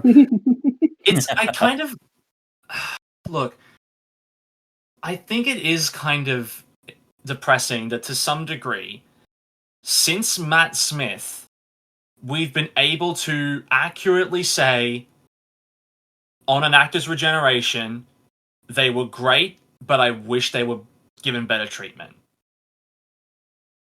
Yeah. Because the Matt Smith era, some people really, really enjoy that era, and they wouldn't say that. But a lot of people find a lot of really important and big flaws in the way the Matt Smith era was written and handled by the end. Yes. Some people in this chat especially wouldn't even necessarily agree with the sentiment that Matt Smith was a good actor as the Doctor.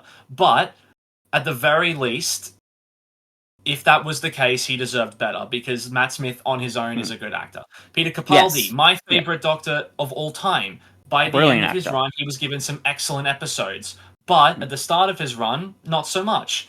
And also, I wish Hellbent. that he had been handled a lot, and Hellbent, obviously. And I wish that those moments were less sporadic than they were, and I wish that he'd been given an era that could let him shine throughout the whole thing. God knows that Jodie Whittaker's era was sullied by writing flaws and character flaws and thematic flaws, but she was great in the role. She was a great and entertaining actor as this version of quote-unquote the Doctor, and I wish that she'd been handled better. I would say that this isn't a since Matt Smith problem, this is a everyone but David Tennant the first time problem.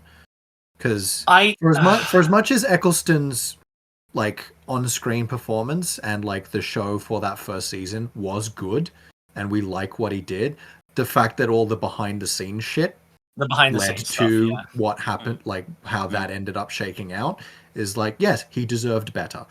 I guess I don't don't necessarily say that in the scripts and the direction, but in terms of his treatment by the people making the show. Yeah, I guess that's true. I guess the reason I single him out of that distinction is because his Doctor has arguably the most complete arc of any of the Doctors that have ever had, just by its very nature of being a season that was written to be a standalone season. Yeah, but there's also the fact that you could make the start of that character anything, because we have this massive gap between him and Paul McGann. With each Doctor following, you have to follow the legacy of that previous Doctor. So you need to have that arc in mind. Yeah. I don't know.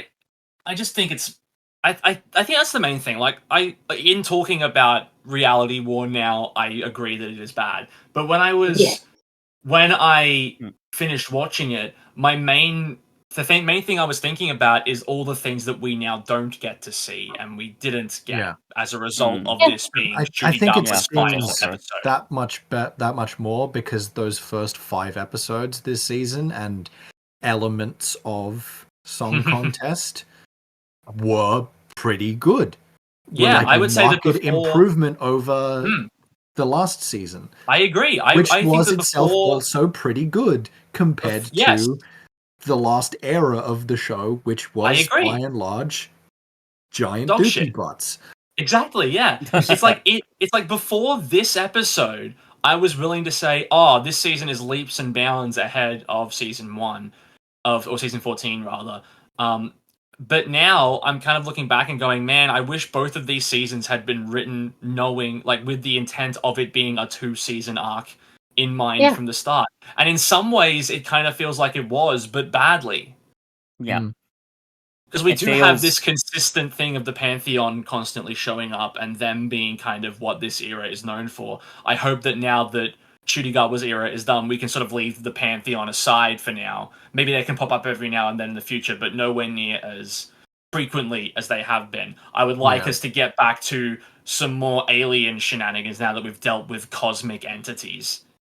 Yeah. Daleks, maybe? Just a thought. Love to see the Daleks come up again. Doctor Who, Hadley? What are you, insane?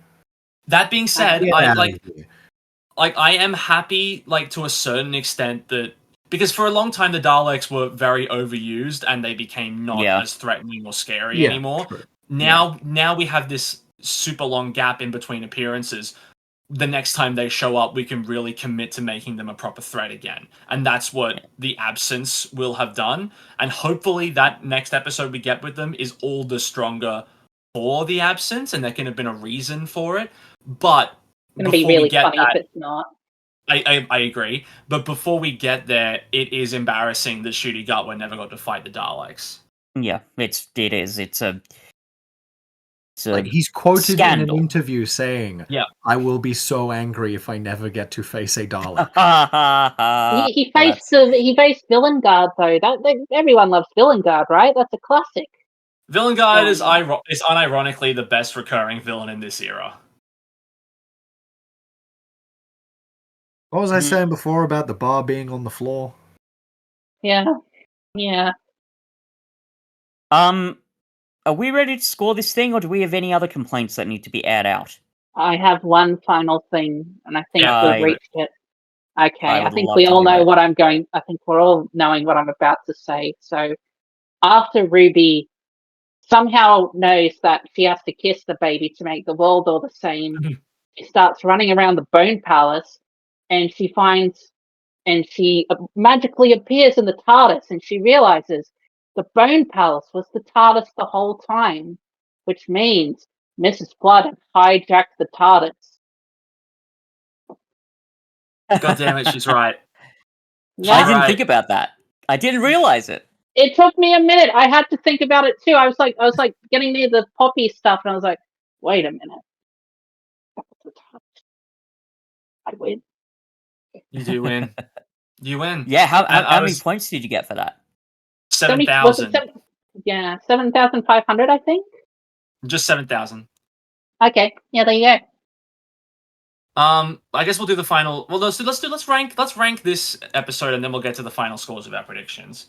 Would anyone like to kick us off with their rating? I mean, I really don't know. It's under 5 somewhere. Someone else can go. I'm just looking back at some of the other episodes that I've looked at that I've ranked low, and I'm trying to figure out if I dislike this more than those other ones, because I kind of feel like we've reviewed so many of these that our metric can sort of be like all over the place at times. I gave Power of the Doctor what did I give that? I gave it a 4, did you? 5. Do I think we both gave it a 5, actually. We both gave it a 5, and oh no, to a certain degree I do think Power of the Doctor is worse, but I don't want to give this higher than a 5. I think this is worse. I think this is worse than Power of the Doctor. I'll just say it. I greatly dislike Power of the Doctor, Power of the Doctor. What did I give the Lazarus Experiment? You gave Lazarus Experiment a 5. Yeah, it's definitely lower than that. See, here's the thing. Power of the Doctor, there isn't a scene on its own that I enjoy. With this, I at least got to see the 13th Doctor be written well, and that scene was good. But everything else was probably worse constructed overall. I don't think that the Master was handled very well in Power of the Doctor, and I think that the really unique gimmick of that was wasted on a bad script. That's true. That is very true. But then again, Omega was wasted in this story too. Omega was wasted in this story as well. I mean, the Rani was wasted in this episode. Yeah, that's also true. Could I go ahead, or do you? You can go ahead. You go ahead, and maybe that'll make things a bit clearer for me what I want to do. Yeah, I can't believe I'm saying this about an RTD script. I'm going to give this a 2. I mean, I can, because I gave Boomtown a 1. True. And that was an RTD script as well, and I think we, at the time, were like, I can't believe this schlock is coming out of RTD. Okay, an RTD era script that isn't Boom, let's put it that way. Sure. Yeah, a 2. Yeah, I'm not overthinking it, I'm a 2 as well. Yeah. I'm gonna give it a 3, which might be the highest rating people are giving. I gave 3 as well, yeah. Yeah, so Tuff and I were finally agreeing on something. So we finally agreeing on something. Yeah. Just this once rules, everybody agrees. Most of the episode. Yeah. We gave Lucky Day the same score. Okay. Don't be we mean, hated Hadley. something the same. That's the difference. Okay. So I think most of this episode didn't actively make me annoyed. I was just perplexed. I agree. But it's a very annoying episode, and I think it's just not actively offensive, except for little bits in between in there that I don't want to talk about it anymore. Except for the Belinda stuff, mainly. So that's it. This is the second Doctor that we have reviewed every episode for. Didn't think I'd be saying that this soon. The betting point thing. Do you want to go over that? Let's go over that. Fitz, you ended up coming third out of the 2 Who's, which is very funny to me. The Daleks didn't come back, Belinda wasn't an amnesiac Time Lord, and there was no bottle episode where they had to fix the TARDIS. But you were correct about the Fury of the Time Lord bait and switch, and you were correct that Mr. Ringading is a part of the Pantheon, so you end on 750 TARDIS prediction points. Woo! My final score is 4,250. I was wrong that Ruby would die. I was wrong that Belinda would die in episode 7, which caused the reality war. And I was wrong that the episode Lux would feature Disney characters and cameos. But Mrs. Flood was the big bad, and Mundy Flynn was just a descendant of Belinda. So those are my scores. And Hadley, your lone prediction that Mrs. Flood would hijack the TARDIS right at the 11th hour turned out to be correct, so you win with 7,000 points. And now you learn you put all of your eggs in one basket, because that's what I did. I'm going home with the big bucks, baby. There was no prize. Well... No! This has been enjoyable. Exhausting. Well, I think it's been a long time since we've had this much to say about a Doctor Who episode. True. And it's true. Definitely been a long time since we ranked an episode as low as this. It was literally Underworld was the last time we hated an episode this much. Which kind of makes sense now that I think about it. That's sad to have to admit, but yes. Yeah, I agree. I don't know when we are going to be continuing with our regular analysis of Doctor Who into Who's Who, but we're jumping into Voyage of the Damned next. We might take a small break. We might decide to hit the ground running and just press on with our regularly scheduled Two Who's review. But either way, thank you, Ncuti Gatwa, for your incredible performance. Thank you so much. I wish that you'd gotten better treatment by the end of your run, but I think that you have been a highlight of a lot of this era in terms of your performance. Some of your episodes are, in my personal opinion, like absolute bangers. I love Boom, I love The Well, I love the story in the engine especially. I think that one is a really Boom's my great favorite. shining gem. Boom is your favorite? Let's do this. We all know what our least favorite Ncuti Gatwa episodes are. What's your favorite? What's your favorite Ncuti Gatwa episode? I think it's still Dot and Bubble for me. Sure. With Boom Sam? coming in at a very close second. Sam, what do you think? Personal favorite, I'm still going to go with Space Babies, knowing it's not great, just for the reasons that I said last time I brought it up. But if I'm then going to say a more objective best episode, I think probably The Well is the one I think is overall the most well. Yeah, that was a cool episode. Cool. Yeah, that's a. We all had different answers. You know, we're united by our hatred and divided by our love. Sorry, Hadley, what was? I don't think any of us would say that any of the episodes we've picked as our favorite are like bad. I think they're all good episodes. Yeah, it doesn't bubble. What was your favorite, Hadley? Just remind me. Boom. Boom. Pardon me. Yeah. Yeah. Yep, and mine's the story and the engine. I think that is a beautiful episode. Okay. Yeah, absolutely. Sorry, I forgot that, folks. My brain has slightly melted. That's okay. We've been here for 2 hours. Talking about the reality war. Yeah. Sam and Hadley. Let's give you this opportunity to say anything you like at the end of the episode. It was normally used for plugs, but I don't know if anyone has anything to plug. So, anything you'd like to say? We probably would have brought Viewer Beware back last month, but man, personal things just keep happening and they're not stopping. But I'm hopefully putting on a play this year. So if you live near the Illawarra, come down and maybe I'll have some more information the next time I appear so I can tell you about the play I'm putting on. I think we've all read it. It's very good as a script. I'm excited to see how it translates to the stage. Yeah, it should I be cool. To be in it. So yeah, there you go.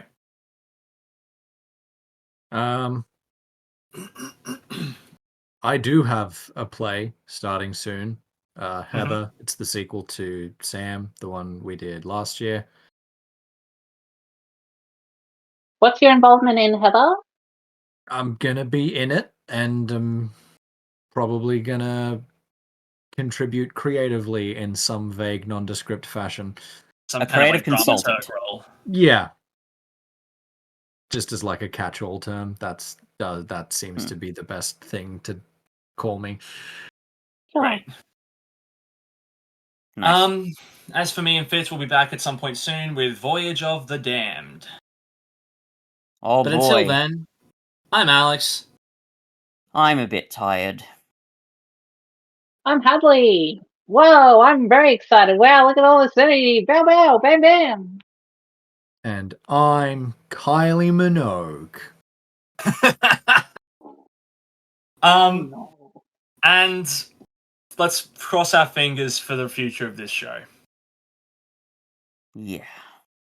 Not the podcast. This is going to happen regardless, but